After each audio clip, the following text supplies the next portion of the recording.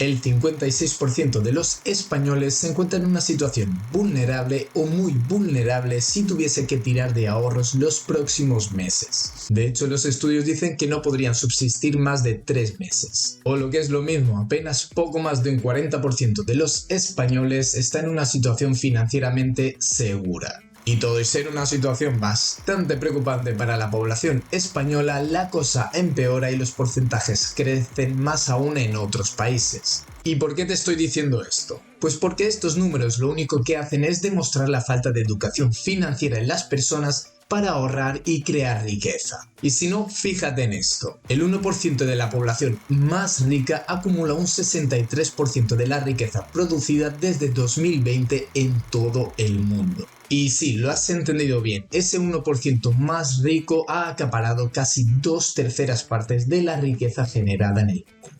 Lo que vienen a ser unos 42 billones de dólares. Y justo de ese 1% de la población es de los que vamos a hablar hoy. Porque en muchas ocasiones y en muchos vídeos nos centramos más en el otro 99% de la población. Pero si queremos ir más allá, dar un paso más y ver la posibilidad de crear riqueza como un objetivo real, vas a tener que salir ahí fuera y dejar de hacer lo que has estado haciendo hasta ahora. Y para conseguirlo, cómo no, vamos a tener que fijarnos en estas grandes fortunas y qué es lo que han hecho para crear y amasar tanto dinero. Así que vamos a ello, vamos a ver qué es lo que hace ese 1% más rico de todo el mundo para administrar su dinero y sus finanzas para tener éxito en ello.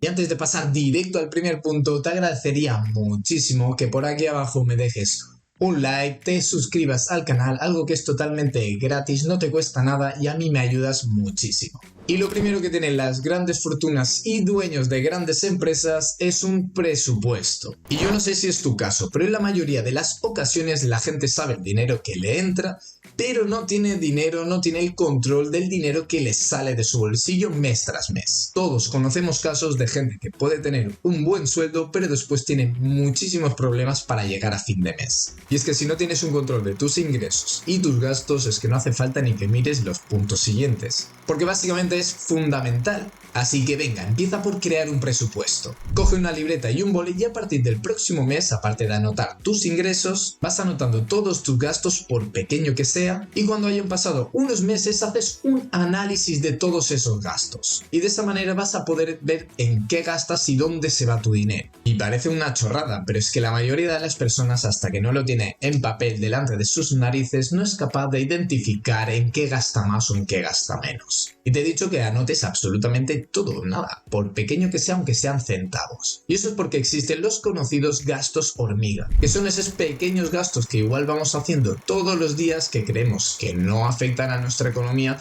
pero que si lo hubiésemos el balance a final de año nos llevaríamos una sorpresa. Te pongo un ejemplo muy fácil y muy común. Vamos a imaginar que es una de esas personas como muchísimas otras tantas que le gusta hacer el café todos los días fuera de casa. Vamos a imaginar que pagamos por ese café $1,04, que es más o menos lo que cuesta aquí en España, que sería alrededor de €1,50. Eso al final de mes son $42, lo que haría una suma a final de año de $504. 500 pavos a final de año solo en café, nada más. Y eso teniendo en cuenta que solo te tomas uno, que hay gente que se toma 2 y 3. Y ojo, aquí no te estoy diciendo que no te tomes el café, que no te tomes esa cerveza, que no te vayas a comer fuera o que no pidas comida. Lo que te estoy diciendo es que seas plenamente consciente de la realidad de tu economía. Y que si no estás llegando a final de mes es que en algo te estás equivocando y probablemente tengas que recortar gastos en este tipo de cosas. Pero si tu economía es otra y estás algo más asentado y te puedes permitir pues estos gastos pues porque lo tienes en tu presupuesto, pues adelante. Pero en absolutamente cualquiera de los casos debes llevar un registro de tus finanzas. Es decir, y quédate con esta frase, hacer consciente lo inconsciente, porque lo que no se mide no se mejora. El segundo punto es tener un fondo de emergencia. Un fondo de emergencia simplemente es ese dinero del que vamos a disponer en caso de que salga algún imprevisto. porque la realidad es que nunca estamos preparados para que nos suceda alguna desgracia. Y con desgracia no me refiero a alguna enfermedad o alguna intervención de urgencia, que toco madera que nunca te pase, sino también a imprevistos como que se te estropee el coche, que tengas que hacer una reforma importante en casa o incluso que te quedes sin empleo. Si tienes tantísima suerte que no te sucede nada, pues estupendo y yo que me alegro. Pero la vida va de esto y siempre van pasando cositas, en más o menos medida. Así que debemos estar preparados para ello. Si no recuerda lo que me has comentado al principio, muy poca gente podría subsistir apenas unos meses tirando de sus ahorros. Así que como ves, tener un fondo de emergencia también resulta súper importante y te permite estar pues preparado. Vale, y ahora te estás preguntando, ¿y cómo se hace este fondo de emergencia? ¿Cuánto dinero tengo que tener? Pues su cálculo es bastante fácil. Se recomienda tener en ese fondo de emergencia entre 3 y 6 meses de gastos. Es decir, que si tú no recibieses ningún tipo de ingreso entre 3 y 6 meses, tú pudieses subsistir sin problema tirando solo del fondo de emergencia. Y como ya estás en este punto, significa que ya has hecho un presupuesto. Entonces ya sabes cuánto dinero gastas todos los meses. Entonces es lo que te sirve de guía para crear tu fondo de emergencia. Que como ves va a depender de cada uno, pues porque todos tenemos unos gastos distintos. Pero si me pides ya mi opinión, yo recomiendo, y es lo que yo hago, tener un fondo de emergencia compuesto de 6 meses de gastos. Porque así estás mucho más tranquilo y preparado para lo que pueda pasar, sea lo que sea. Pero eso ya depende de cada uno y de cada situación. Así que haz un poquito de números y vete preparando para cuando las cosas pues no vayan tan bien. Tenemos un presupuesto y tenemos un fondo de emergencia. Ahora vamos al punto número 3. Si cuentas con deuda mala, como son las de las tarjetas de crédito, pues los préstamos personales, la hipoteca para vivienda propia, debes empezar a devolver ese dinero cuanto antes, porque endeudarse a través de estos productos normalmente conlleva unos intereses muy altos y crecientes. Y eso lo único que va a hacer es lastrarte en tu crecimiento económico. Y aquí, si te has fijado, me refiero a deuda mala. ¿Y eso, Xavi, lo dices porque existe deuda buena? Pues sí, existe deuda buena. El hecho de estar pagando una hipoteca por un inmueble, pero que ese inmueble no es para vivienda propia, sino que lo tengo alquilado.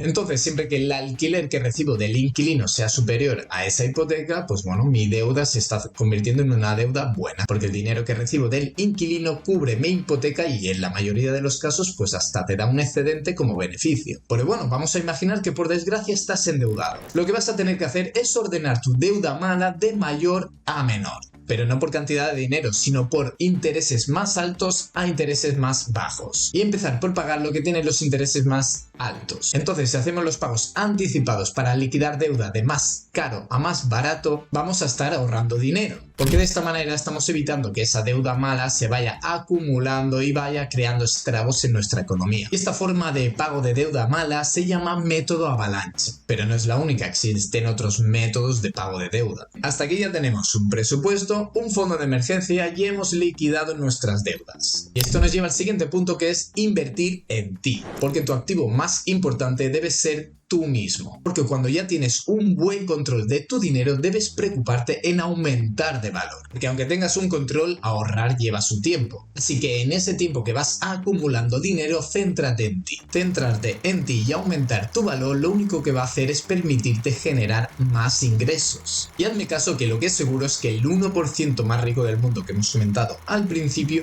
está constantemente actualizado y formándose, pues porque el mundo y todo va avanzando y no se espera a nadie. Y eso no conlleva necesariamente dinero. Tienes libros gratuitos en internet, tienes cursos, tienes vídeos, tienes masterclasses, tienes de todo. Y deberías aprovechar todo eso pues para aprender, aumentar de valor y generar más dinero. Pero en este punto, para entrar un poquito más en detalle, te voy a dejar un vídeo por aquí arriba donde te lo explico más paso a paso. Y el último punto, y el que me encanta, es invertir en activos. Y si has llegado hasta aquí es que ya has aumentado el valor, por lo tanto ya has aumentado tus ingresos, has aprendido a controlar gastos y crear ahorro. Entonces ahora en este punto, al invertir en activos, lo que vamos a intentar buscar es generar ingresos pasivos. Vamos a empezar a destinar parte de ese ahorro a la inversión en activos que nos generen pues un crecimiento económico con el paso del tiempo. Y aquí puede ser la inversión inmobiliaria a través de los REITs, la inversión en bolsa de valores a través de ETFs o fondos indexados, o las famosas criptomonedas si lo que te va es la marcha. Pero eso ya depende de cada uno. Pero para conocer todos estos activos y cómo invertir en ellos ya tienes un montón de vídeos en este canal. Y estos son los 5 puntos, pasos, herramientas, llámalo como quieras, que deberías instaurar ya en tu vida y en tus finanzas. Porque esto es el ABC y sin esto puedes olvidarte de algún día llegar a crear riqueza de verdad. Además de que si estás en una situación un poco delicada, poner todo esto al día a través de estos pasos pues no va a ser fácil, vas a tener que tener paciencia y ser constante. Así que no te agobies, no te desesperes con el fondo de emergencia, con el invertir, con el presupuesto. Estate tranquilo. Lo que está claro es que esta gente que tomamos de referencia, que es multimillonaria, obviamente no ha creado toda esa riqueza de la noche a la mañana. Así que no esperes que una economía personal que está patas arriba se ponga en orden en 1 o 2 meses. Pero lo que está claro es que tienes que hacerlo, tienes que empezar, ser constante, paciente y a por ello. Así que nada, hasta aquí el vídeo de hoy. Espero que el vídeo te haya gustado y sobre todo que te haya ayudado. Si crees que este vídeo le puede ayudar a alguien más, algún conocido, compárteselo. Nos vemos en el próximo vídeo.